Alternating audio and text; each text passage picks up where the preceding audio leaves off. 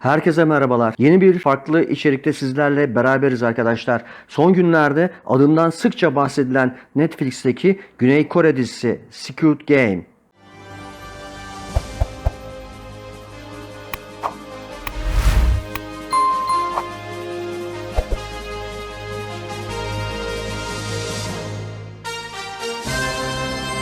Acımasız bir hayatta kalma yarışmasını, toplumsal eşitsizlikleri de ön plana çıkararak anlatan bir yapım. Bu trend olan dizi şimdiden tüm dünyada rekor izleyici kitlesine ulaştı. Gündemi sarsan bu dizi Squid Game belki de teknolojinin gelişmesiyle birlikte oyun ve dizilerin kalitesini ve konularını da etkilemeye başladı.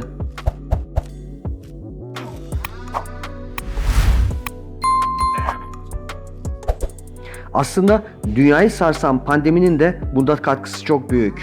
Netflix'in en başarılı dizileri arasında yer alan ve yayınlandığı tarihten itibaren büyük bir izleyici kitlesine ulaşan Güney Kore yapımı Squid Game ile ilgili olarak dizinin yönetmeni Hwang Dong-hyuk The Korean Times'a verdiği röportajda Netflix'te yayınlanmadan önce 10 yıldan fazla Squid Game üzerinde çalıştığını ancak sürekli olarak reddedildiğini belirtti.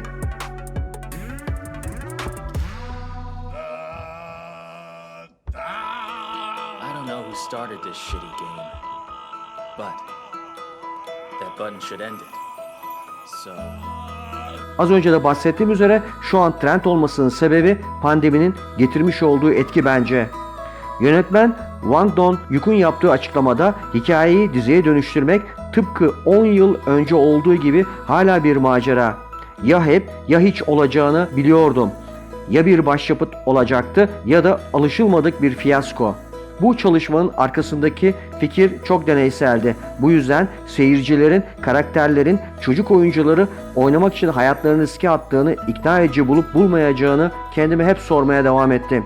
Yaklaşık 12 yıl sonra dünya böyle tuhaf, şiddetli, hayatta kalma hikayelerinin gerçekten hoş karşılandığı bir yere dönüştü. Pek çok insan hikayeyle empati kurabildi ifadelerinde bulundu. Bir taraftan bu şekilde açıklama gelirken diğer taraftan Güney Kore'nin internet hizmet sağlayıcısı olan SK Broadband, Netflix'e popüler dizi Squid Game yüzünden artan internet trafiğinden kaynaklı bakım çalışmalarının arttığını ve oluşan bakım masraflarını karşılaması için Squid Game'e dava açtı. Evet, ilginç ama gerçek. Reuters'ın haberine göre Netflix'te yayınlandığı günden bu yana dünya çapında popülerlik kazanan Squid Game dizisi davalık oldu. SK Broadband iddialarında Netflix'in Güney Kore'nin YouTube'dan sonra en büyük ikinci trafik üreticisi olduğunu ve ağ kullanım ücreti ödemesi gerektiğini belirtirken ülkede Amazon, Facebook ve Apple gibi diğer yayıncılar düzenli olarak hükümete ağ kullanım ücreti ödediğini örnek gösterdi. Ülkedeki bazı vekiller de internet trafiğini aşırı artıran ama ağ kullanımı için para ödemeyen içerik sağlayıcılarını eleştirdiler. Diğer ilginç konu ise Netflix'teki Güney Kore dizisi Squid Game dünyanın dört bir yandan rekor izleyici sayısına ulaşırken dizinin İngilizceye çevirisinde yanlışlar olduğu ve bu durumun dizinin vermek istediği mesajı da etkilediği tartışılmaya başlandı. Şimdiden tüm dünyada rekor izleyici kitlesine ulaşan ve 2 hafta önce gösterime giren dizinin altyazısındaki çeviri hataları ise gündem konusu oldu. Kore'deki Netflix izleyicileri dizinin İngilizce versiyonunun anlamını tamamen değiştirdiğini iddia ederek Amerika ve İngiltere'de en çok izlenen yapım olan Squid Game, kamuoyunda testere ve aşçılık oyunları filmlerin harmanlanması olarak yorumlandı. Kısa sürede kült bir yapım haline gelen Squid Game'de işkence ve toplu cinayet sahneleri de yer alıyor. Ancak diziyi izleyenlere göre hangi dilde izlendiğinin de önemi vurgulandı. New York'ta yaşayan Koreli komedyen Nung Mi Mayer İngilizce yazıların bazılarının çok kötü olduğunu vurgularken orijinal anlamlarında tamamen kaybettiğini vurguladı. Dizide borca batmış ve çaresizlik içindeki 456 insanın 39 milyon dolarlık ödül için hayatlarını riske attıkları ölümcül bir oyuna girmeleri hikayesi anlatılıyor. TikTok'tan yayın yapan Meyer diziyle ilgili olarak İngilizce çeviri o kadar hatalı ki senaryoda verilmek istenen mesajlar tamamen kayboluyor yorumunu yaptı. Meyer, diyaloglar harika yazılmış ancak çeviride bunun zerresi bile korunmamış ifadelerinde bulundu.